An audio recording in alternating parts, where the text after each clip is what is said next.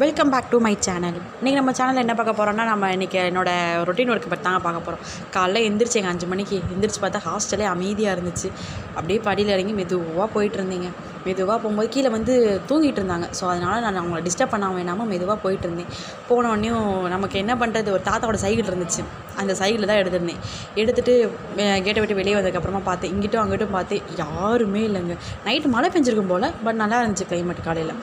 அப்படியே போயிட்டே இருக்கும்போது நம்மளைய வெல்கம் டு மதுரை அப்படின்ட்டாங்க. அந்த ரோட்டில் நின்று பார்த்தாலும் ஒரே ஒரு ஆள் அதான் அங்கிட்டு போயிட்டுருக்காரு, வேறு யாருமே இல்லைங்க. நான் மட்டும்தான் அந்த ரோட்டில் நிற்கிறேங்க.